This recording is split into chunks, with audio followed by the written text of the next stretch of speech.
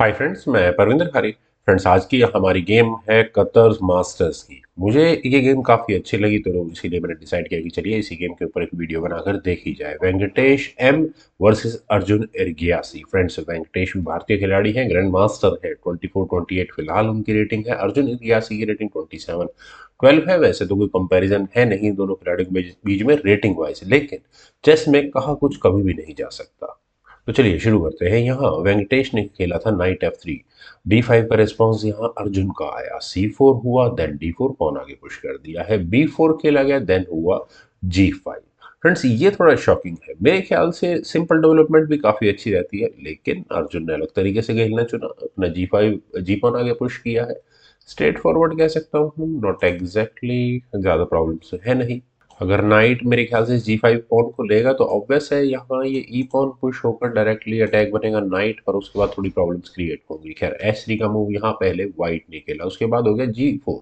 एक कदम और आगे पुश कर दिया। H takes G4, bishop takes G4, queen गई B3 स्क्वायर पर, ताकि अगर किसी तरह की प्रॉब्लम्स आए तो ज़्यादा बड़ी दिक्कत हो ना, क्वीन होगी उस नाइट के डिफेंस के लिए। अब चूंकि अर्जुन का नाइट D4 स्क्वायर तक पहुंच गया, तो देखिए डेवलपमेंट में तो थोड़ी प्रॉब्लम होने वाली है वाइट को। बिशप G5 और बिशप G5। ओके, अगला मूव क्या होने वाला है? यहाँ इसको पॉन को आगे पुश करो करो करो करो, नहीं इतना ये रिस्क कोई नहीं लेने वाला। बिशप G2 फिर भी वाइट ने किया है, देन E5। फाइनली ये मूव खेला ही जाना था। D3 हुआ, then knight D7, knight B goes to D2, then हुआ A5। A5 में अगर यहाँ B टेक्स A5 हो जाए तो प्रॉब्लम क्या है? Problem problem problem night manure नहीं। क्वीन आने के बाद उल्टा नाइट पर अटैक बनेगा। सीधा सीधा रुक से स्पॉन को भी लिया जा सकता है या सी पॉन आगे पुश किया जा सकता है। खैर, यहाँ खेला गया पहले A3 होने के बाद knight G goes to F6, then हुआ G3, A takes B4, A takes B4, rook takes A1 check, bishop takes A1, then C5। Bishop आया G2 स्क्वायर पर, देन B6। और इसके बाद यहाँ दोनों साइड्स का कैसल आया। Bishop B2, then bishop H6 और नाइट पर अटैक है। क्या किसी तरह का कोई टेक्टिकल एडवांटेज बनने की कोशिश है? खैर फिलहाल तो नहीं लगता। बिशप C1, लेकिन फिर भी यहाँ अर्जुन ने किया। नाइट गया E8 स्क्वायर पर, और नाइट मैन्यूअर क्या होने वाला है? मुझे तो यही लगता है, और तो कुछ खास है नहीं। या फिर क्या ये क्वीन गेम में एंट्री करेगी किसी तरह से? शायद। बी टेक्स C5 क्वीन गई B7 स्क्वायर पर, और यहाँ क्वीन B7। पता नहीं क्या करने आई क्वीन फिलहाल, लेकिन क्वीन C7 यहाँ पहले अर्जुन ने किया, asking for queen exchange. Queen A6 नहीं करनी, सीधा यहाँ बिशप पर अटैक बना है, तो किंग G1, बिशप पर डिफेंस हो गया। नाइट E4, नाइट थोड़ा अग्रेसिव स्क्वायर पर आ चुका है। बिशप टेक्स C1 पहले हुए एक्सचेंज, यहाँ पर bishop, rook takes C1, then knight at D goes to F6, asking for knight exchange. लेकिन वेंकटेश ने यहाँ नाइट एक्सचेंज न करके अपने रुक को लिया B1 स्क्वायर पर। और आगे क्या हो सकता है? ये रुक डायरेक्टली आएगा यहाँ B7 स्क्वायर पर क्वीन पर अटैक बनाने के लिए। तो knight takes E4, D takes E4। चलिए पॉन्स डबल हुए ई फाइल में, कुछ तो फायदा हुआ। नाइट D6, और उसी पॉन पर फिलहाल अटैक है, दूसरे पॉन पर नहीं है फिलहाल।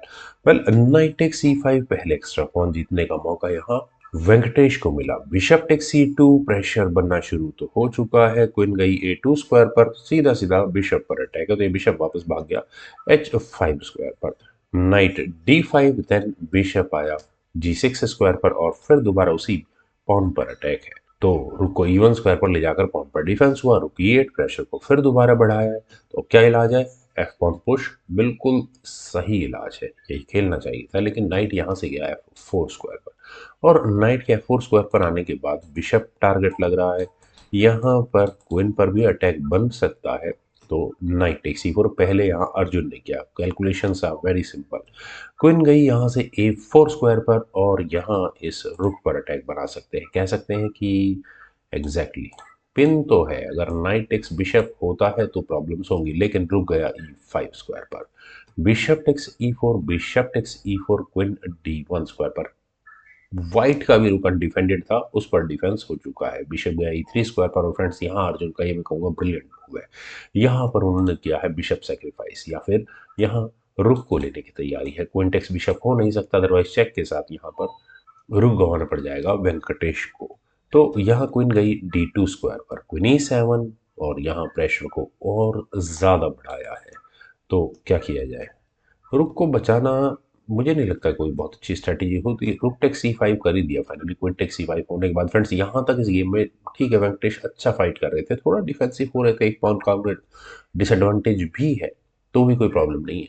लेकिन मुझे ऐसा लगता है कि वो एक मूव को बिल्कुल क्लियरली ओवरलुक कर गए। आप अगर बैकरैंक चेकमेट्स के सिद्धांत को समझते हैं तो यहाँ ये बिशप की डायगोनल आपको नजर आ गई होगी। अब किसी भी तरह से यहाँ ब्लैक को अपनी queen either on first rank या फिर यहाँ इस H5 स्क्वायर पर पहुंचानी है, और वही करने का मौका यहाँ पर वेंकटेश ने उन्हें दिया।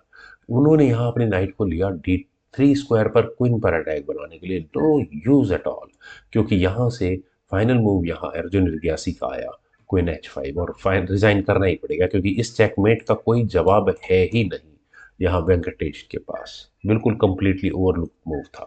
फ्रेंड्स, मुझे उम्मीद है आप सभी लोगों को भी ये छोटी सी लेकिन एक अच्छी गेम आप पसंद आई होगी। तो आप लोग इस वीडियो को लाइक करें, शेयर करें, और मेरे इस यूट्यूब चैनल चैनल को प्लीज़ सब्सक्राइब ज़रूर करें।